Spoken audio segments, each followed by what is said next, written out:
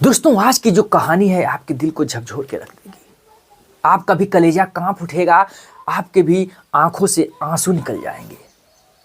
दरअसल ये कहानी है एक ऐसे दरोगा महिला की जो कि अपने बिस्तर पर सो रही थी। जैसे ही बिस्तर पर सो के उठती है, वो अपना हाथ जो है अपने बदन पर फेरती है।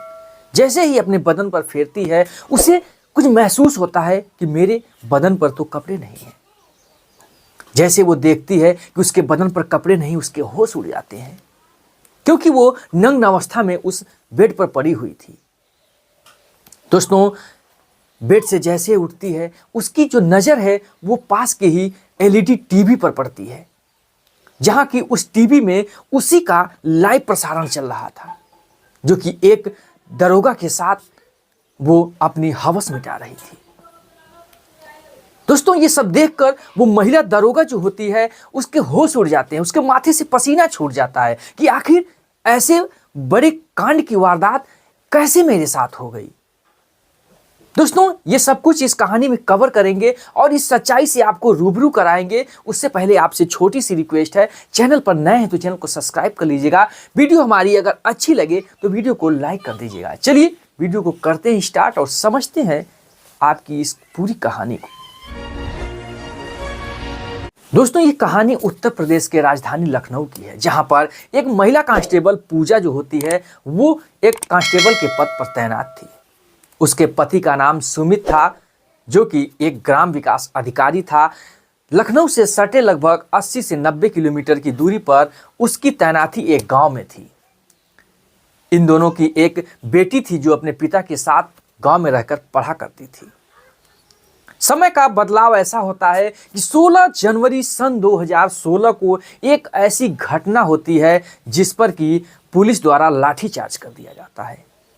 दोस्तों, लाठीचार्ज के दौरान बहुत सारे आदमी जो होते हैं वो घायल हो जाते हैं और उसमें 4-6 लोगों की जान भी चली जाती है। उसके बाद जो मीडिया द्वारा ये सारी खबर की खुलासा होती है, जिस पर जो है कि एक पुलिस जांच बैठाई जाती है। जांच के द्वारा सभी पुलिस कर्मियों को लाइन हाजिर किया जाता है, उनके खिलाफ मुकदमा दर्ज हो जाता है। नौबत यहां तक आ जाती है कि पुलिस कर्मियों को रिटायर का नंबर आ जाता है। दोस्तों, उसी में पूजा जो थी बहुत ही घबरा जाती है कि कहीं मेरी भी रिटायर की नंबर ना आ जाए। उसी थाने का एक एसएसओ था जिसका नाम अमित था। दोस्तों, इस मौके का फायदा उठाता है और पूजा से मिलता है और पूजा से कहता है कि देखो, मैं जो हूँ बड़े अधिकारियों से बात कर लूँगा और तुम्हें ऐसी नौबत पे नहीं आने दूँ। दोनों से दोस्ती हो जाती है। वो जो अमित था वो इसे झांसे देने लगता है कि मैं ये बात कर रहा हूँ, वो बात कर रहा हूँ, मैं ऊपर तक सारे अपनी जो है कि जो फाइल कागज़ है वो कंप्लीट करवा रहा हूँ, तुम्हारा केस से नाम बाहर करवा दूँगा। दोस्तों, इसी सिलसिले में धीरे धीरे उन लोगों की ड्यूटी चलती रहती है। पूजा अपनी ड्यूटी कर रही थी। अचानक एक दिन ऐसा होता है कि अमित जो होता है वो पूजा के फ़ोन पर फ़ोन करता है और उसे शाम को अपने घर पे बुलाता है। पूजा आप मना भी कैसे करे, क्योंकि उसके उस जो केस में फंसी थी उसमें वो मदद कर रहा था। पूजा सस्ती समझती है और अपने सिविल ड्रेस में, साधारण ड्रेस में वो उसके घर पहुंच जाती है। वो उस घर में अकेला था अमित, और बैठकर पैक बना रहा था और अय्यासी कर रहा था। पूजा जाके वहां पर बैठती है तो वो जो अमित होता है वो कहता है कि देखो, फॉर्मेलिटीज वगैरह मत करो, ये मेरा घर है। पैक बनाकर अपने 1-2 पीता है और उसके बाद पूजा को भी कहता है कि लो, तुम भी पैक पियो। क्योंकि दोस्तों, जो विभाग में होते हैं लगभग 80% महिला हो या पुरुष, सभी लोग लगभग ड्रिंकिंग वगैरह तो करते ही रहते हैं। पूजा सोचती है कि ये मेरा सीनियर है और मेरा हेल्प भी इतना कर रहा है, अब इसके मना करने पर ये जो है नाराज़ हो जाएगा, लाओ एक ड्रिंक कर ही लेती हैं। एक ड्रिंक करती है, उसके बाद धीरे धीरे बातें होती हैं, कब वो दूसरा ड्रिंक कर ले जाती है, उसके बाद 3 ड्रिंक वो पी जाती है गिलास। दोस्तों, धीरे धीरे जब 3 ड्रिंक पी जाती है, उसके बाद जो है वो लड़खड़ाने लगते हैं और अमित जो है धीरे धीरे उसके मौके का फ़ायदा उठाना चाहता था। अमित जो होता है वो दूर से उठकर आके उस महिला पूजा के बगल में बैठ जाता है, जो कांस्टेबल महिला थी।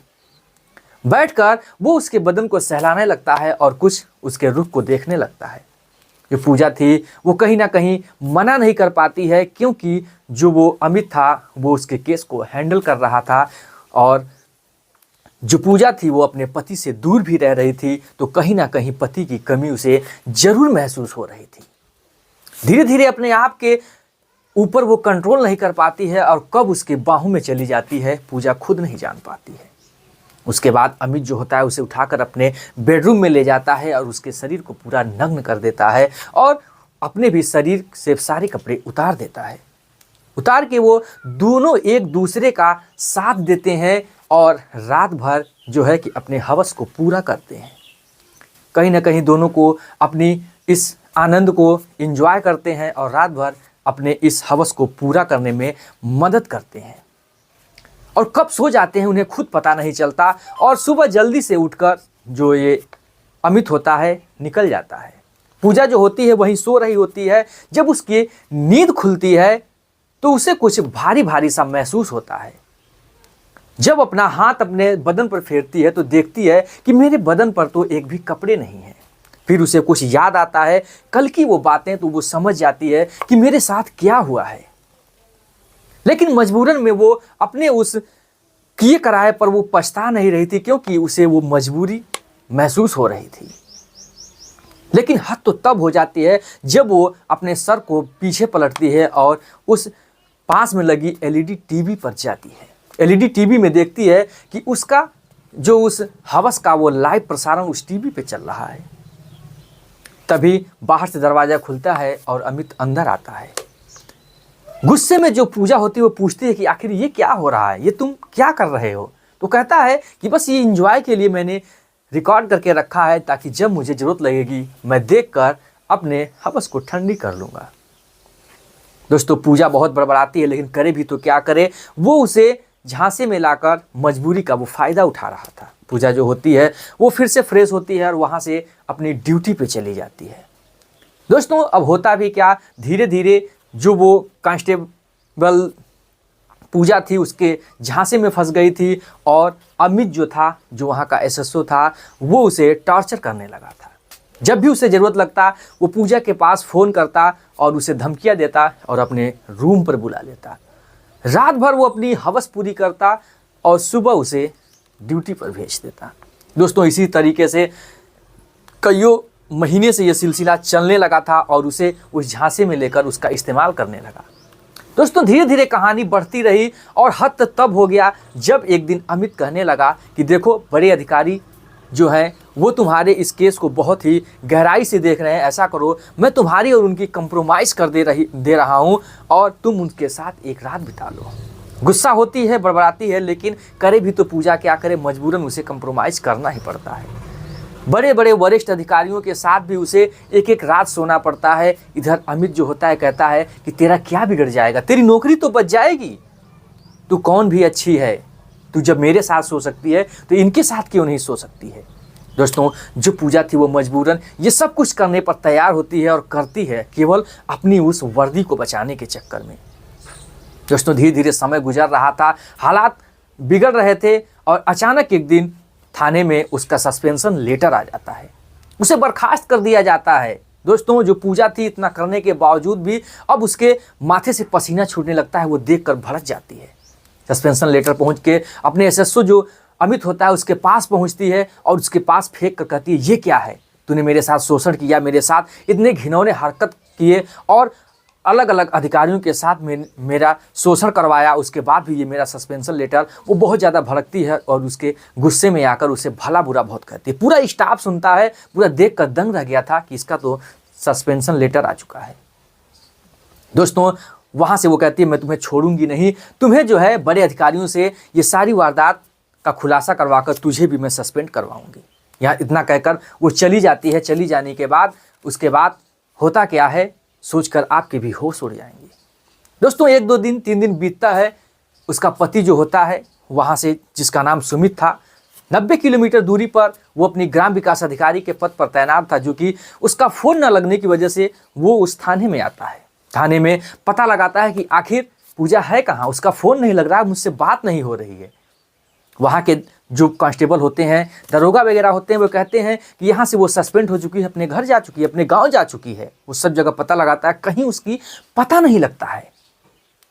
दोस्तों उसके बाद वो वहाँ FIR दर्ज करवाता है, क्योंकि वो भी एक गवर्नमेंट ऑफिसर था।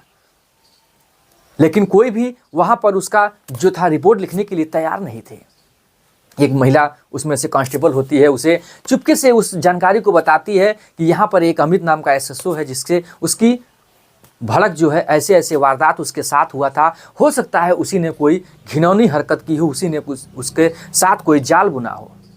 सारी सच्चाई जो उस महिला को पता थी वो उसके पति को बताती है, सुमित को। उसके खिलाफ फिर जो है कि बहुत ही सख्ती से जो है कि प्रेस मीडिया में ये सारी बातें फैला देता है, जिसके बाद मजबूरन जो है कि वहाँ के वरिष्ठ कर्मचारियों को ये रिपोर्ट लिखनी पड़ती है। रिपोर्ट लिखकर जब पुलिस प्रशासन संज्ञान में अपने लेती है, कस के कड़ाई करती है, और उसको जो है, जो अमित जो है छुट्टी पर चला गया था, उसको जाकर अरेस्ट करके जब उसे कड़ाई से पेश में लाया जाता है, उसके साथ सख्ती बरती जाती है, तो वो जो अमित होता है SSO, वो अपने गुनाह को कबूल कर लेता है। वो बताता है कि मैंने ये गुनाह किया है। क्योंकि दोस्तों पुलिस जो अपनी तहकीकात की थी, उसके दौरान अमित का ही जो था कि सारा इशारा अमित की तरफ ही बढ़ रहा था। क्योंकि जो पूजा थी उसके फ़ोन पर लास्ट कॉल एक STD नंबर से आया हुआ था। STD नंबर जो था पास के ही थाने से 5 किलोमीटर दूरी की एक STD कॉल से किया गया था, जहाँ की CCTV फुटेज में साफ साफ दिख रहा था कि उस STD में जाकर अमित ही फ़ोन लगाया था। लगाने के बाद वो लोग मिलने के लिए लखनऊ के एक पास के ही जो है कि सरोवर के पास उनका जो है कि वादा हुआ था। उस सरोवर के पास वो जाती है, जाने के बाद ये कारनामा हुआ था, वहीं पर लाश मिली थी। फिर उसके बाद जब कड़ाई की जाती है तो वो बताता है कि पूजा ने मेरे पास फ़ोन किया और बताया कि मेरे पेट में तुम्हारा बच्चा पल रहा है, मैं 8 महीने की प्रेग्नेंट हूँ, 7 महीने की। दोस्तों इतना सुनकर जो अमित होता है उसके होश उड़ जाते हैं कि कहीं ना कहीं मैं फंस जाऊंगा, जिससे वो बुलाता है कंप्रोमाइज़ के लिए कि मैं इससे मिलकर कोई एक नया रास्ता मोड़ निकालूंगा। लेकिन वहाँ पर सोचता है कि इन दोनों को रास्ते से ही हटा दिया जाए तो हो सकता है कि मैं बच जाऊंगा। इसीलिए वो हत्या कर कर उसी सरोवर में फेंक देता है, जिससे सोचता है कि मैं रास्ते से ये हट जाएगी। फिर पुलिस प्रशासन जब पकड़कर सारे दवाओं को कबूल करवाती है, सारे गुनाहों को कबूल करवा के फिर उसके साथ चार्जशीट दायर किया जाता है, और जो जो अधिकारी मिलके उसके साथ शोषण किए थे सबके खिलाफ FIR होता है। सभी धाराओं के जोड़कर धाराओं के वजूद इनके साथ चार्जशीट दायर होती है, और आज भी मुकदमा जो है वो केस जो है मुख्यालय में कोर्ट में चल रहा है। प्रशासन तय करेगी कि इन्हें कौन सी सज़ा मिलनी चाहिए, लेकिन कमेंट बॉक्स में अपनी राय जरूर लिखिएगा कि आखिर ऐसे दरिंदे और ऐसे भ्रष्ट कर्मचारियों को कैसी सज़ा मिलनी चाहिए, कैसा गुनाह मिलना चाहिए, क्योंकि ऐसी वारदात फिर किसी कांस्टेबल महिला के साथ ना हो। दोस्तों कहानी सुनाने का मकसद हमारा किसी की भावनाओं को ठेस पहुंचाना नहीं है, बल्कि हमारा मकसद है कि आप सुरक्षित और स्वस्थ रहें, ताकि समाज में कोई ऐसी घटना। फिर मिलेंगे ऐसी ही इंटरेस्टिंग और इमोशनल कहानी लेकर। जय हिंद, जय भारत, वंदे मातरम।